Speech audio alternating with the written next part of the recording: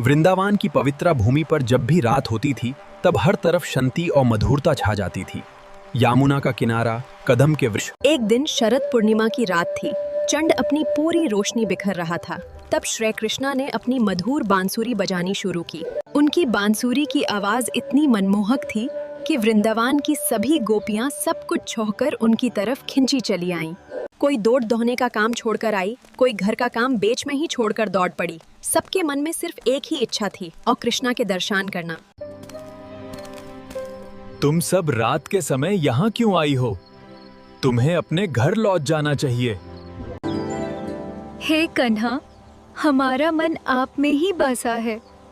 अब हम आपसे दूर नहीं रह सकती। उनकी निश्चाल भक्ति और प्रेम को देखकर कृष्णा प्रसन्न हो गए। तब श्री कृष्णा ने महारास रचाया।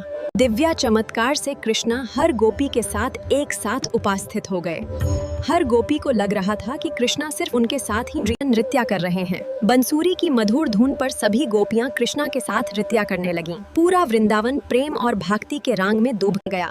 देवता भी आकाश से इस अद्भुत लीला को देखकर प्रसन्न हो रहे थे। राधा और कृष्णा का दिव्या प्रेम में राधा का स्थान सबसे विशेष था।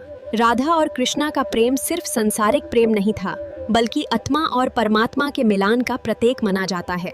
कृष्णा ने राधा को सबसे अधिक मान दिया। जब राधा कुछ समय के लिए वहां से चली गईं, तब कृष्णा भी अंतर्ध्यान हो गए। गोपियां दुखी होकर कृष्णा को ढूंढने लगीं। यह देखकर सबको समझ आया कि सच्चा प्रेम और भक्ति ही कृष्णा को पाने का मार्ग है। रास लीला का रास लीला का अर्थ सिर्फ नृत्य नहीं है। ये भक्त और भगवान के बीच के पवित्र प्रेम को दर्शाती है। इस लीला से ये संदेश मिलता है कि जब भक्त सच्चे मन से भगवान को याद करता है, तब भगवान स्वयं उसके पास आ जाते हैं। आज भी वृंदावन में रास लीला का मंचान बहुत भक्ति और श्रद्धा के साथ किया जाता है। लोग दूर दूर से कृष्णा की इस दिव्या लीला को देखने आते हैं और भक्ति रस में डूब जाते हैं। राधे राधे और श्याम के जयकारों से पूरा वातावरण गूंज उठता है।